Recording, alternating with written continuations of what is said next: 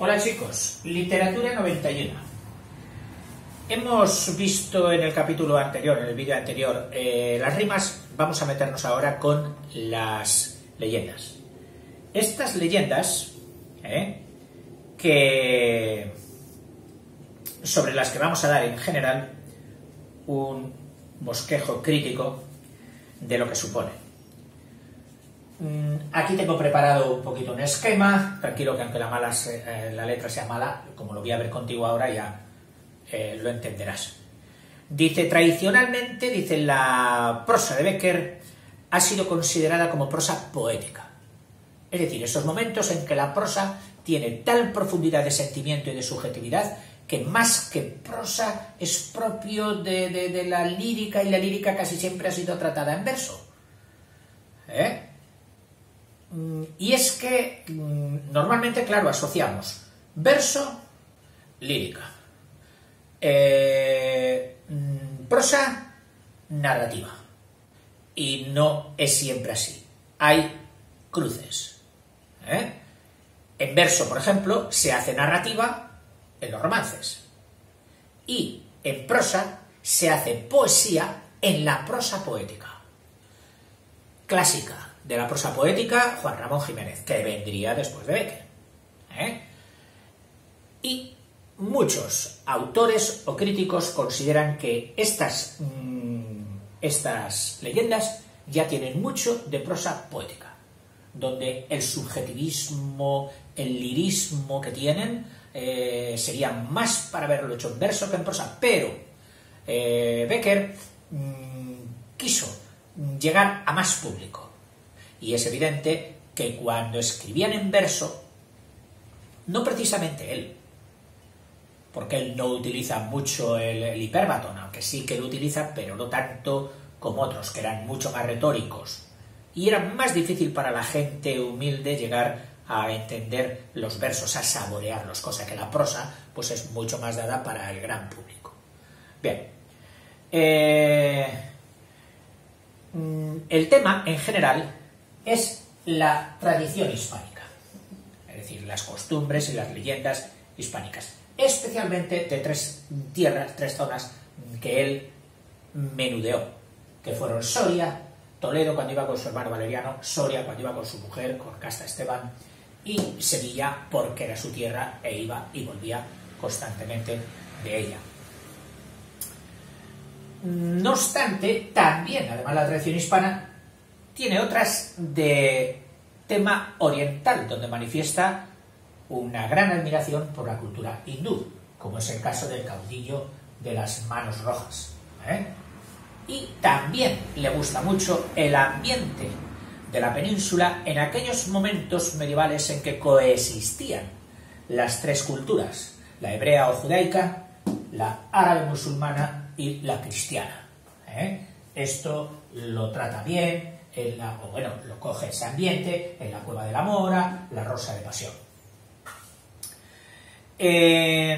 Pero bueno, generalmente él siempre va a la Edad Media, pero una Edad Media inconcreta, sin rigor histórico. Es decir, no le preguntemos, oye, pero en aquel tiempo ¿quién mandaba? ¿El rey tal? No, oiga, mire, era la Edad Media. Ellos, los románticos, cogieron mucho la Edad Media, pero como tema únicamente, no para hacer historia ni enseñarnos historia, y mucho menos con rigor, que este rigor es algo muy moderno. Hoy dos historiadores pueden estar peleándose en la televisión por si era 1635 o 1636. En aquel tiempo decían, bueno, siglo XVII, pum, y ya estaba. O sea, ese rigor se ha desarrollado luego. Bien, en todas ellas se masca la tragedia. Y en otras no es la tragedia, sino que es el triunfo de lo religioso sobre el vicio, sobre el mal, sobre el infierno.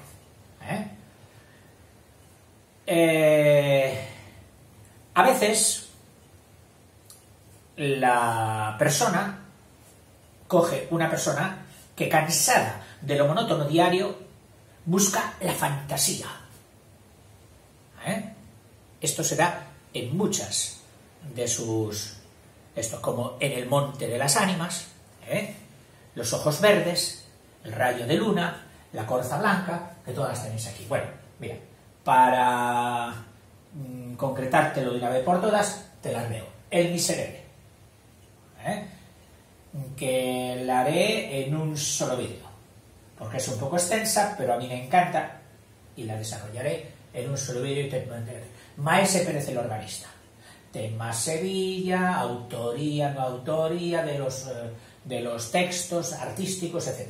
El rayo de luna, los ojos verdes, de tema Soriano, el Monte de las Ánimas, también es Soriano, el caudillo de las manos rojas, que hemos dicho de oriental, la cueva de la mora y la rosa de pasión, de las tres culturas, y luego de tema religioso, crece en Dios, y luego otras, la jorca de oro, y la cruz del diablo. Seguramente que hay algunas más, pero bueno, estas son las que más suenan.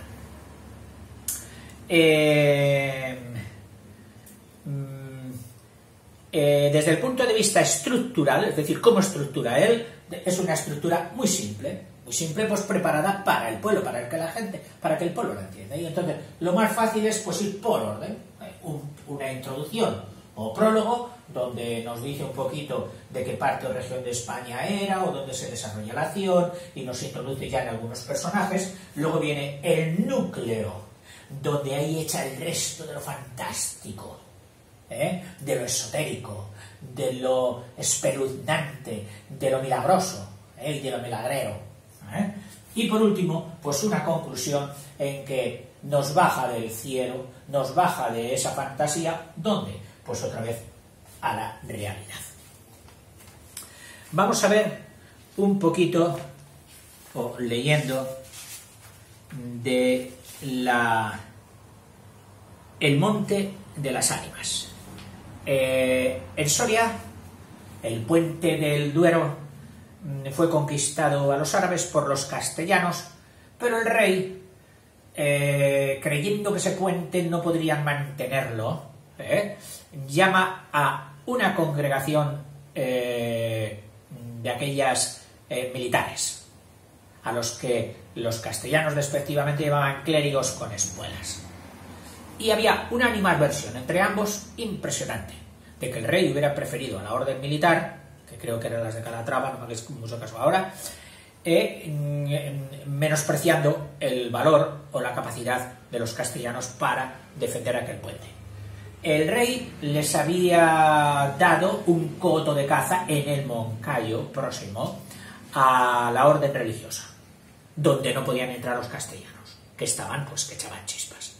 Y siempre rivalizando, entraremos, no entraremos, total, que esto llega al máximo ya, y se desencadena una batalla que con objeto de una cacería, pero que en vez de dedicarse a cazar lobos se dedicaron a cazarse unos a otros. Y hubo una mortandad increíble. Se saldó todo, cogiendo todos los cadáveres y haciendo un mausoleo allá en el Monte de las Ánimas, que así se llamó, que se fue derruyendo poco a poco. Pero la leyenda persistía de que aquellos muertos en pecado de venganza unos contra otros,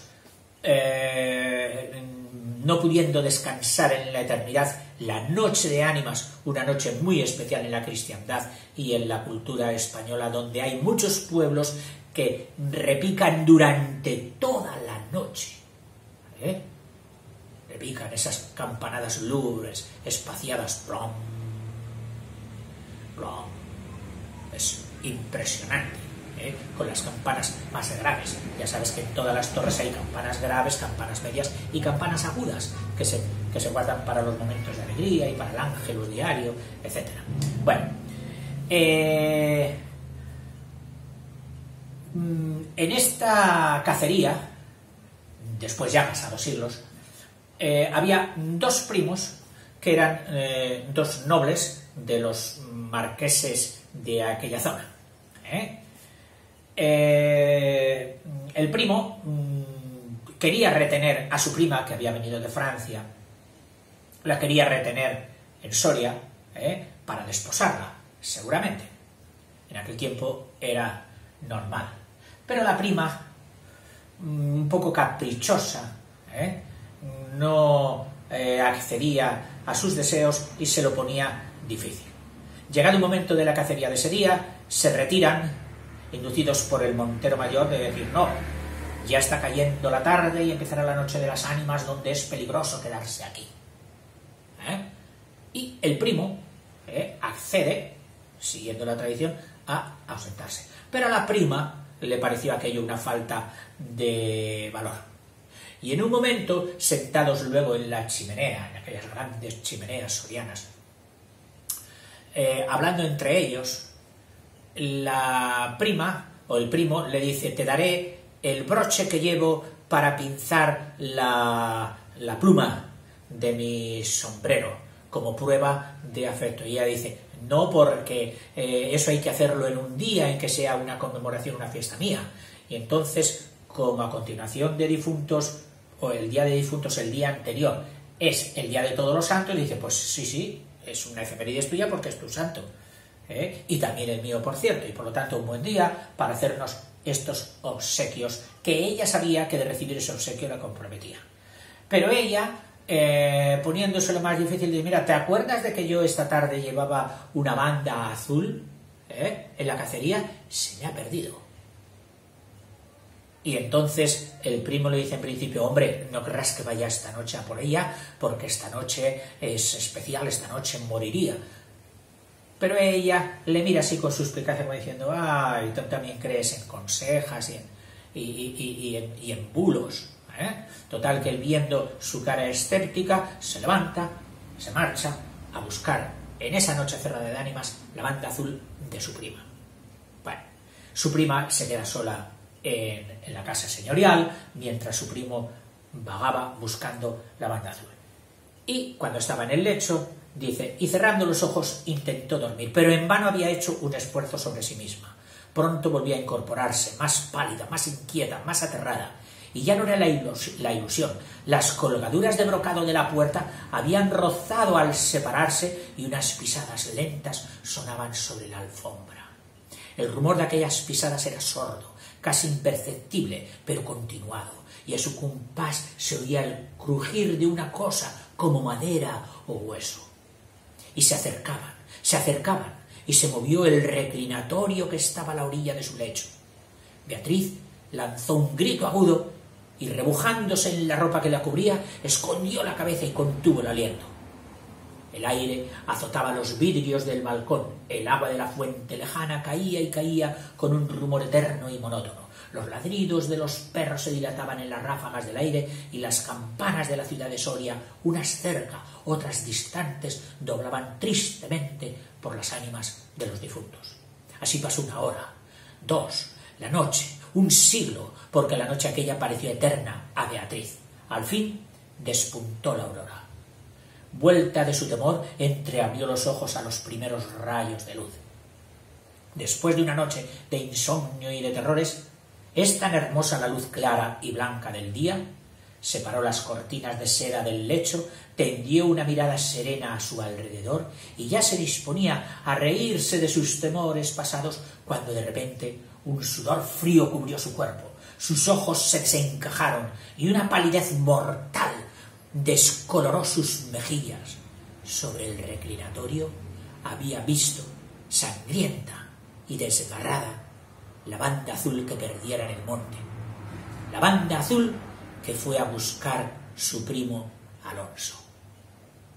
Cuando sus servidores llegaron, despavoridos, a noticiarle la muerte del primogénito de Alcudiel, que era su primo Alonso, que a la mañana había aparecido devorado por los lobos entre las malezas del Monte de las Ánimas, la encontraron a ella, a Beatriz, inmóvil, crispada, asida con ambas manos a una de las columnas de ébano del lecho, desencajados los ojos, entreabierta la boca, blancos los labios, rígidos los miembros, muerta de horror. Dicen que después de acaecido este suceso, un cazador extraviado que pasó la noche de difunto sin poder salir del monte de las ánimas, y que al otro día, antes de morir, pudo contar lo que viera, refirió cosas horribles. Entre otras, se asegura que vio a los esqueletos de los antiguos templarios. No eran de los calatravos, eran de los templarios, la orden del temple, la orden religiosa. Y de los nobles de Soria, con los que batallaron, los nobles de Soria, enterrados en el atrio de la capilla, levantarse al punto de la oración con un estrépito horrible, y caballeros sobre osamentas de corceles, perseguir como a una fiera a una mujer hermosa, pálida y desmelenada, que con los pies desnudos y sangrientos y arrojando gritos de horror, daba vueltas alrededor de la tumba de Alonso. Esto es parte del Monte de las Ánimas. Voy a leeros otro trocito de Los ojos verdes, también orientado en Soria.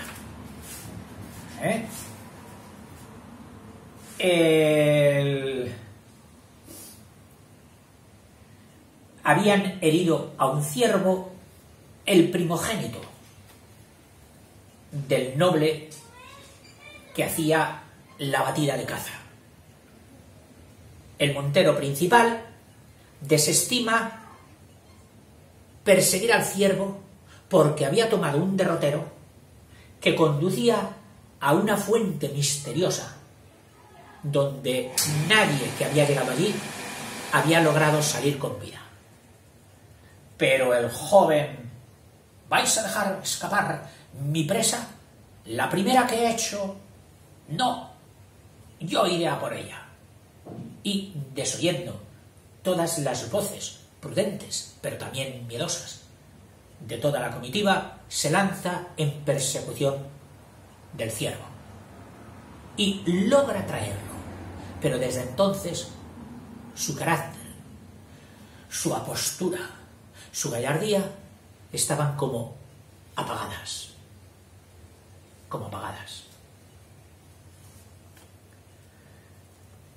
Y era que todos los días, desde que había llegado a esa fuente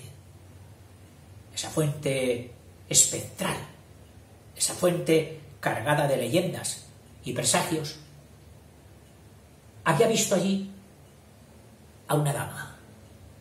Y dice: sobre una de estas rocas, sobre una que parecía próxima a desplomarse en el fondo de las aguas donde conducía a la fuente, en cuya superficie se retrataba, temblando, el primogénito de Almenar, el protagonista, de rodillas a los pies de su misteriosa amante, aquella mujer que había descubierto, procuraba en vano arrancarle el secreto de su existencia. Ella era hermosa y pálida como una estatua de alabastro. Uno de sus rizos caía sobre sus hombros, deslizándose entre los pliegues del velo como un rayo de sol que atraviesa las nubes, y en el cerco de sus pestañas rubias brillaban sus pupilas como dos esmeraldas sujetas en una joya de oro. Recordad que se llama Los ojos verdes. Cuando el joven acabó de hablarle, sus labios se removieron como para pronunciar algunas palabras, los de la joven, pero solo exhalaron un suspiro débil, doliente, como el de la ligera onda que empuja una brisa al morir entre los juncos. «No me respondes», exclamó Fernando al ver burlada su esperanza. «¿Querrás que dé crédito a lo que de ti me han dicho? ¿Que eres bruja? ¿O no? Háblame, yo quiero saber si me amas, y quiero saber si puedo amarte, si eres una mujer. ¿O un demonio? ¿Y si lo fuese?», responde ella. El joven vaciló un instante, un sudor frío corrió por sus miembros, sus pupilas se dilataron al fijarse con más intensidad en las de aquella mujer, y fascinado por su brillo fosfórico, demente, casi exclamó con un arrebato de amor: «Si lo fueses, te amaría como te amo ahora, como es mi destino amarte, hasta más allá de esta vida, si hay algo más allá de ella. Fernando, dijo la hermosa entonces con una voz semejante a una música, yo te amo más aún que tú me amas. Yo, que desciendo hasta un mortal siendo un espíritu puro, no soy una mujer como las que existen en la tierra, soy una mujer digna de ti, que eres superior a los demás hombres. Yo vivo en el fondo de estas aguas, incorpórea como ellas, fugaz y transparente, hablo con sus rumores y ondulo con sus pliegues. Yo no castigo al que osa turbar la fuente donde moro, antes le premio con mi amor, como un mortal superior a las supersticiones del vulgo, como a un amante capaz de comprender mi cariño extraño y misterioso. Mientras ella hablaba así, el joven, absorto en la contemplación de su fantástica hermosura, atraído como por una fuerza desconocida, se aproximaba más y más al borde de la roca. La mujer de los ojos verdes prosiguió así. ¿Ves? ¿Ves el límpido fondo de este lago? ¿Ves esas plantas de largas y verdes hojas que se agitan en su fondo? Ellas nos darán un lecho de esmeraldas y corales. Y yo te daré una felicidad sin nombre, esa felicidad que has soñado en tus horas de delirio y que no puede ofrecerte nadie. Ven. La niebla del lago flota sobre nuestras fuentes como un pabellón de lino. Las ondas nos llaman con sus voces incomprensibles. El viento empieza entre los álamos sus himnos de amor. Ven, ven. La noche comenzaba a extender sus sombras. La luna rielaba en la superficie del lago. La niebla se arremolinaba al soplo del aire y los ojos verdes brillaban en la oscuridad como los fuegos fatuos que corren sobre la haz de las aguas infectas. Ven, ven. Estas palabras zumbaban en los oídos de Fernando como un conjuro. Ven. Y la mujer misteriosa lo llamaba al borde del abismo donde estaba suspendida y parecía ofrecerle un beso. Un beso.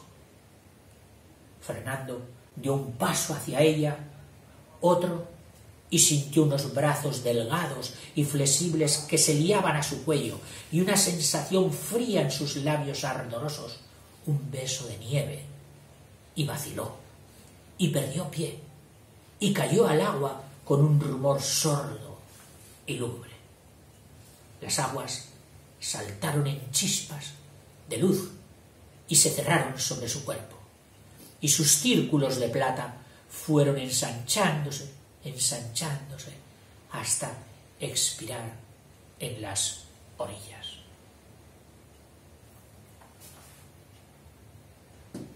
Los ojos verdes. En fin, lo están de las que quiero hacer también mención y leeros un poquito, Maese Pérez el organista y el Miserere. El Miserere es la más cortita de los dos. Vamos a ver si nos da tiempo. Ambiente sevillano. Hace algunos meses que visitando la célebre... No, el Miserere no es ambiente sevillano. Perdón. Es el Maese Pérez el organista. El Miserere. ¿Sabes tú que el Miserere es ese salmo que David compuso de arrepentimiento ante Dios por haber pecado, por haber cogido a Betsabé, la mujer de aquel capitán que él mismo mandó a primera fila para que lo mataran y quedarse con su mujer? Cuando se dio cuenta de su pecado, su contrición fue tal que hizo un himno suplicante de perdón que ha traspasado los siglos y siglos y sigue siendo precioso. Pero todavía las músicas que le han puesto a este himno, además de ser preciosas, estimulan la ilusión de los artistas compositores por hacer todavía algo mejor, algo que exprese la fuerza de arrepentimiento que se da en ese himno. Aquí tenemos un caso. Dice, hace algunos meses que visitando, introducción, la célebre abadía de Fitero y ocupándome en revolver algunos volúmenes en su abandonada biblioteca, descubrí en uno de sus rincones 2 o 3 cuadernos de música bastante antiguos, cubiertos de polvo y hasta comenzados a roer por los ratones. Era un miserere. Yo no sé la música, que sí que sabía, pero bueno.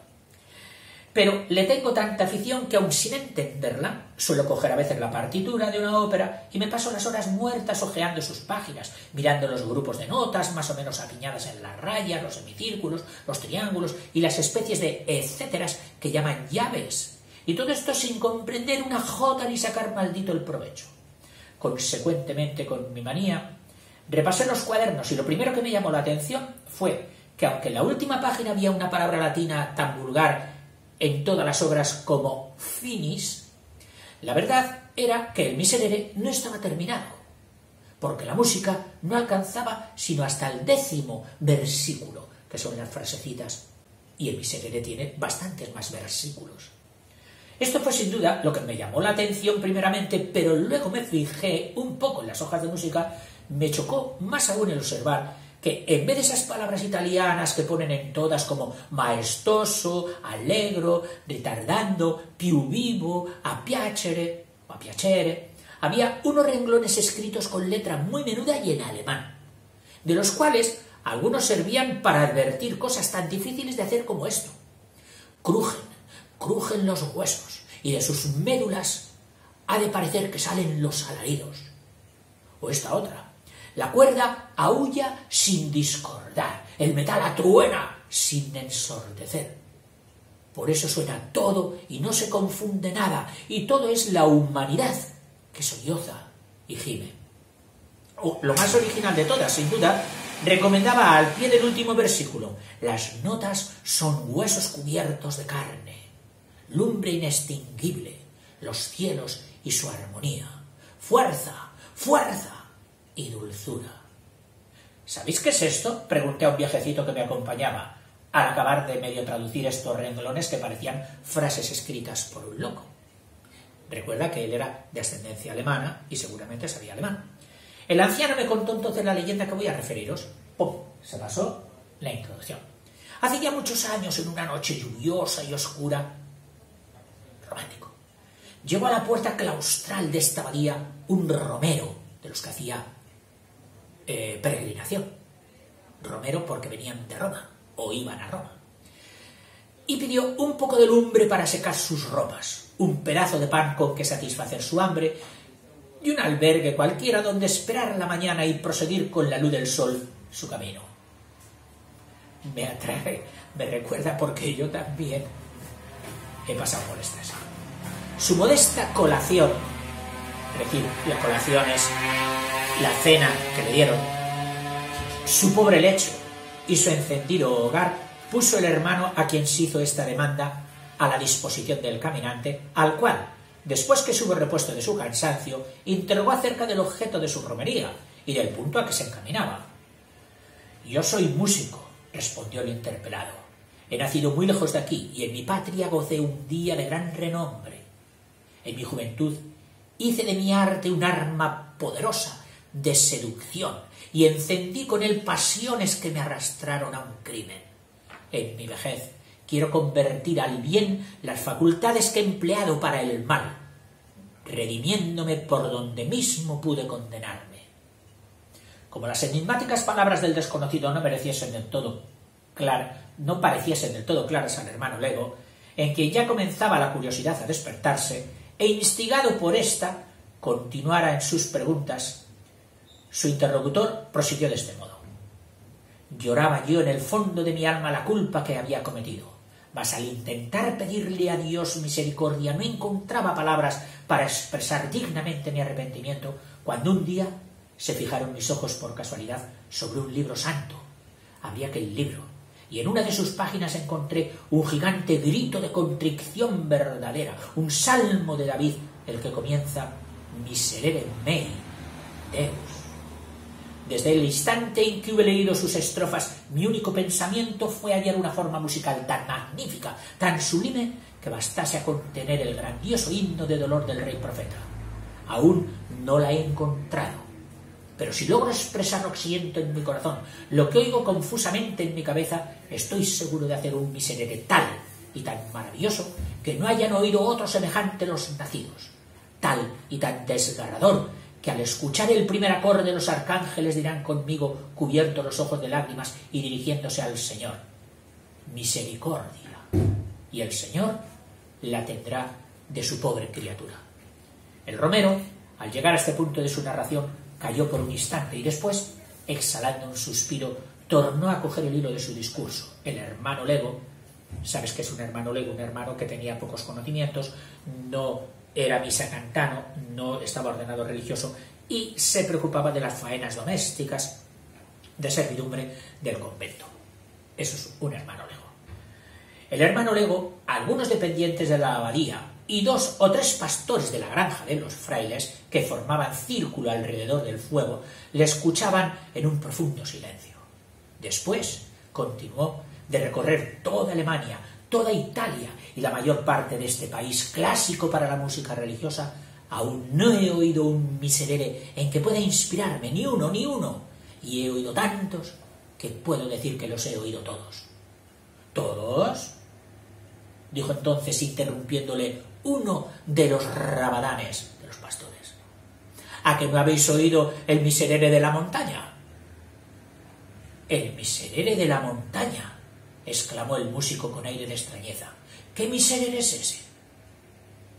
¿No dije?, murmuró el campesino, y luego prosiguió con una entonación misteriosa. Ese miserere que solo oyen por casualidad los que, como yo, andan día y noche tras el ganado por entre breñas y peñascales, es toda una historia muy antigua, pero tan verdadera como, al parecer, increíble.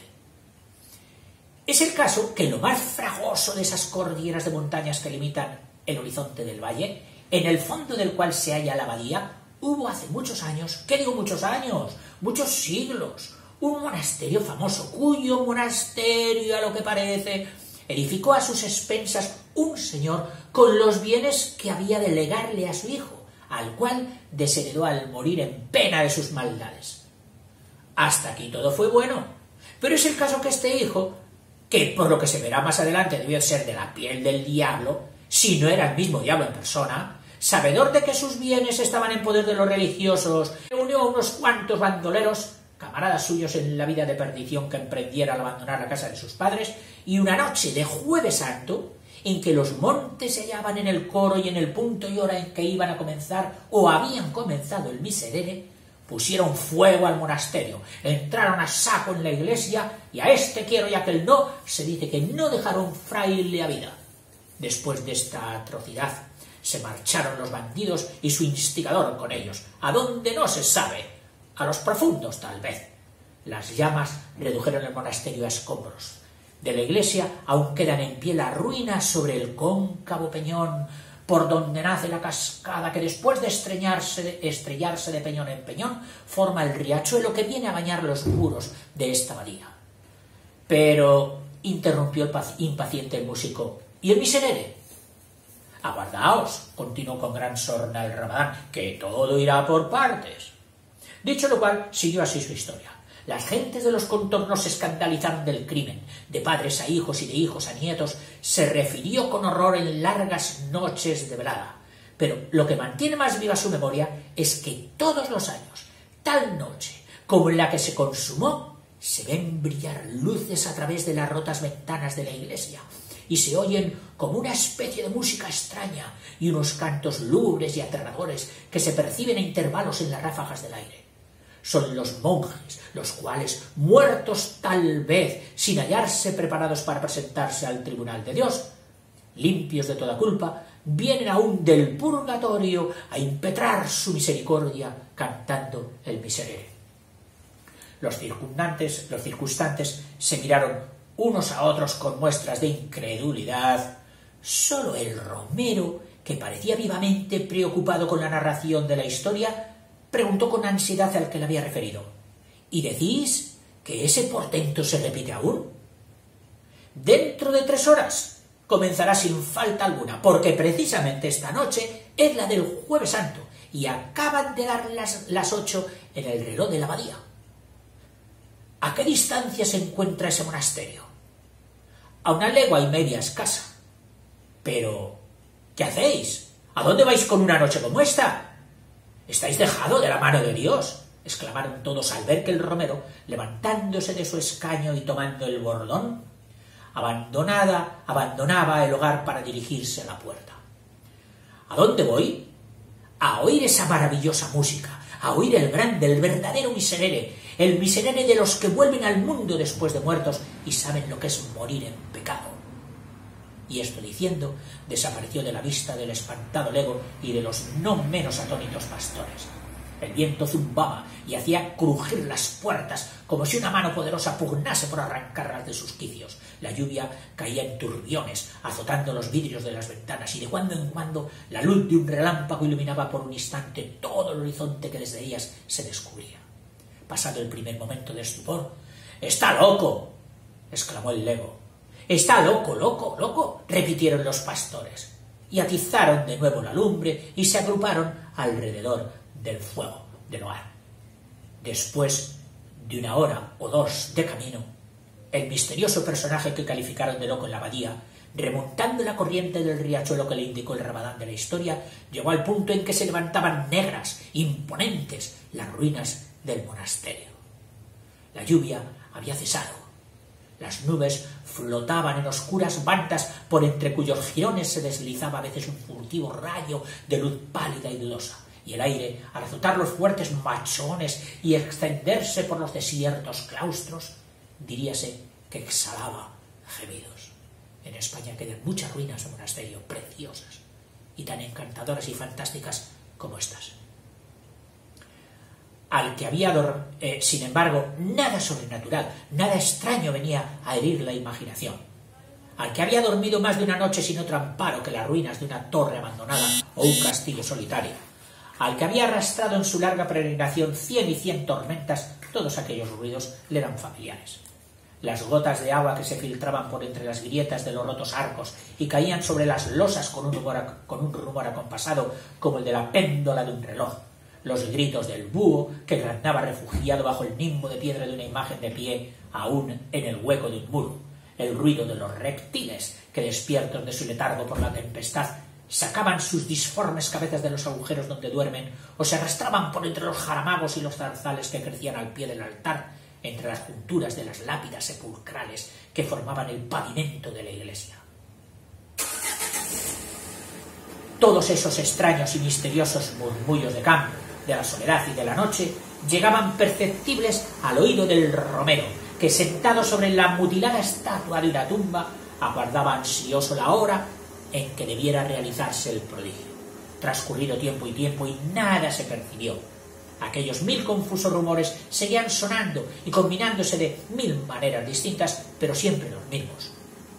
«¿Si me habrá engañado?», pensó el músico, pero en aquel instante se oyó un ruido nuevo, un ruido inexplicable en aquel lugar, como el que produce un reloj algunos segundos antes de sonar la hora.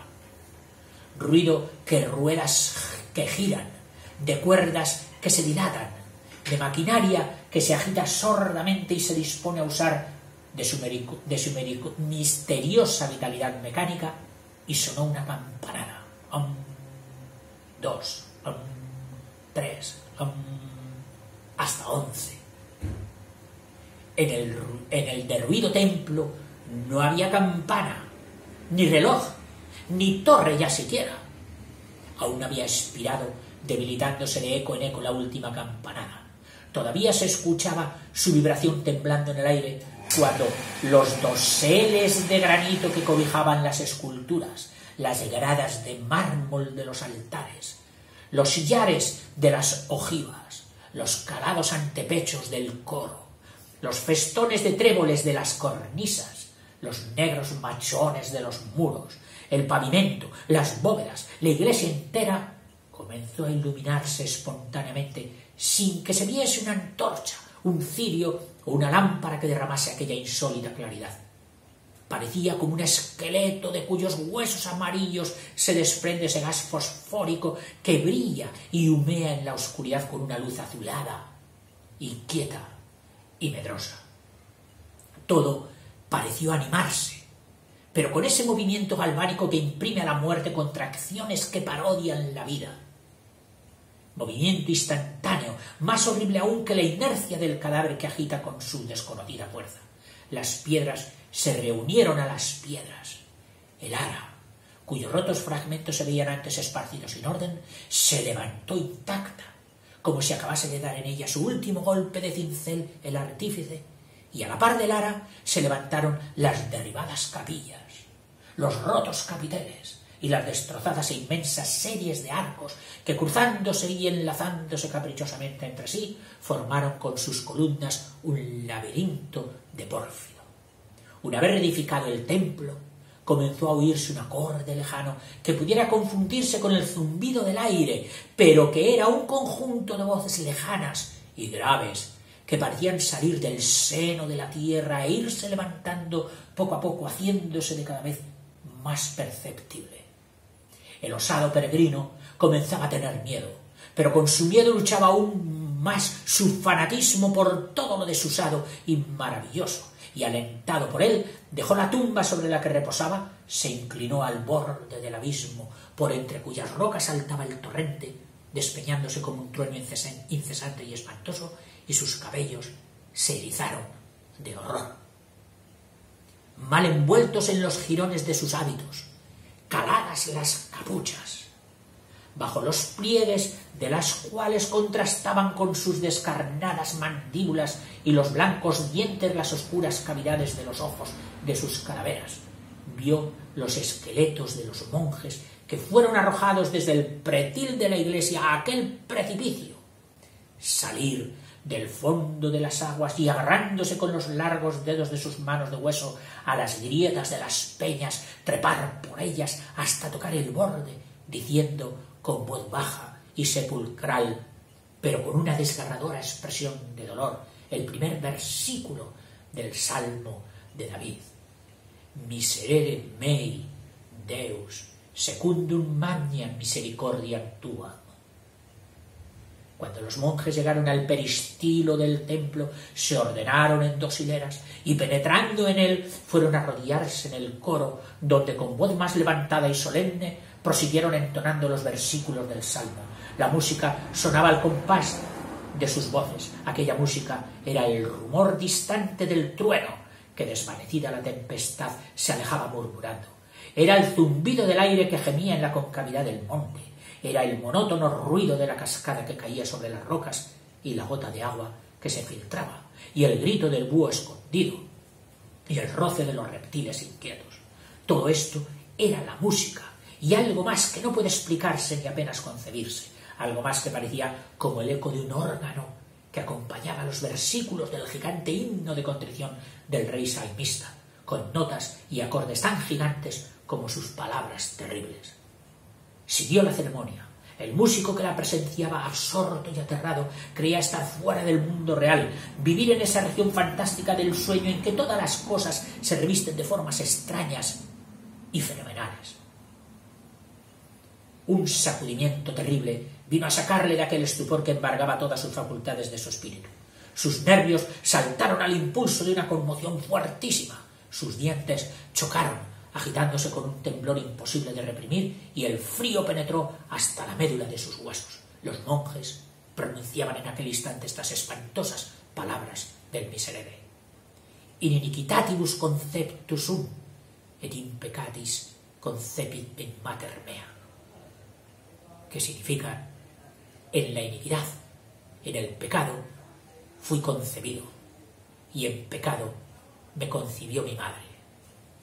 Al resonar este versículo y dilatarse sus ecos retumbando de bóveda en bóveda, se levantó un alarido tremendo que parecía un grito de dolor arrancado a la humanidad entera por la conciencia de sus maldades.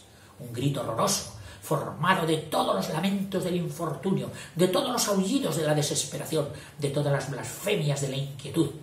Concierto monstruoso, digno intérprete de los que viven en el pecado y fueron concebidos en la iniquidad.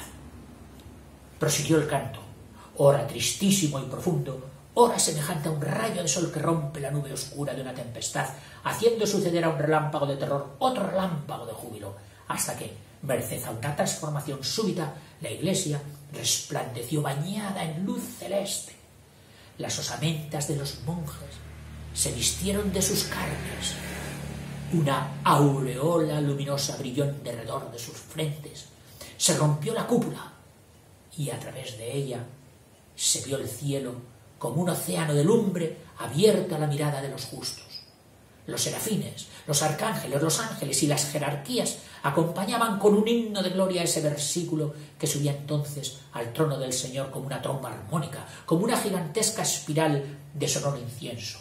Auditui meo dabis gaudium et letitia, et exultabum osa humiliata. No sé si sabré traducírtelo. Auditui meo dabis gaudium et letitia. Sí. Me ha sido dado el oír la alegría y el gozo. Et exultabum osa humiliata. Y los huesos humillados exultan, alegres. En este punto, la claridad deslumbradora cegó los ojos del romero. Sus sienes latieron con violencia, zumbaron sus oídos y cayó, sin conocimiento, por tierra y no oyó más. Al día siguiente, los pacíficos monjes de la abadía de Fitero, a quienes el hermano Lego había dado cuenta de la extraña visita de la noche anterior, vieron entrar por sus puertas pálido y como fuera de sí al desconocido romero. ¿Oístes al cabo el miserere?, le preguntaron con cierta mezcla de ironía el Lego, lanzando a hurtadillas una mirada de inteligencia a sus superiores. Sí, respondió el músico. ¿Y qué tal os ha parecido? Lo voy a escribir. Dadme un asilo en vuestra casa, prosiguió dirigiéndose al abad.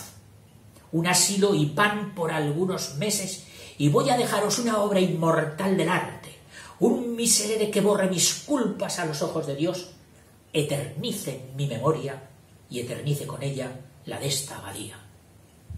Los monjes, por curiosidad, aconsejaron al abad que accediese a su demanda. El abad, por compasión, aun creyéndole un loco, accedió al fin a ella, y el músico, instalado ya en el monasterio, comenzó su obra. Noche y día trabajaba con un afán incesante. En mitad de su tarea se paraba y parecía como escuchar algo que sonaba en su imaginación, y se dilataban sus pupilas, saltaba en el asiento y exclamaba: «¡Eso es! ¡Así! ¡No hay duda! ¡Así!». Y proseguía escribiendo notas con una rapidez febril que dio en más de una ocasión que admirar a los que le observaban sin ser vistos. Escribió los primeros versículos y los siguientes, y hasta la mitad del salmo, pero al llegar al último que había oído en la montaña, le fue imposible proseguir. Escribió 1, 2, 100, 200 borradores, todo inútil. Su música no se parecía a aquella música ya anotada, y el sueño huyó de sus párpados, y perdió el apetito, y la fiebre se apoderó de su cabeza, y se volvió loco, y se murió, en fin, sin poder terminar el miserere que, como una cosa extraña, guardaron los frailes a su muerte y aún se conserva hoy en el archivo de la abadía. Cuando el viejecito concluyó de contarme esta historia, no pude menos de volver otra vez los ojos al empolvado y antiguo manuscrito del miserere que aún estaba abierto sobre una de las mesas. In peccatis concepit me mater mea. En pecado me concibió mi madre. Estas eran las palabras de la página que tenía ante mi vista y que parecía mofarse de mí con sus notas, sus llaves y sus garabatos ininteligibles para los legos en la música. Por haberlas podido leer hubiera dado un mundo. ¿Quién sabe si no será una locura? El miserere. Hasta luego.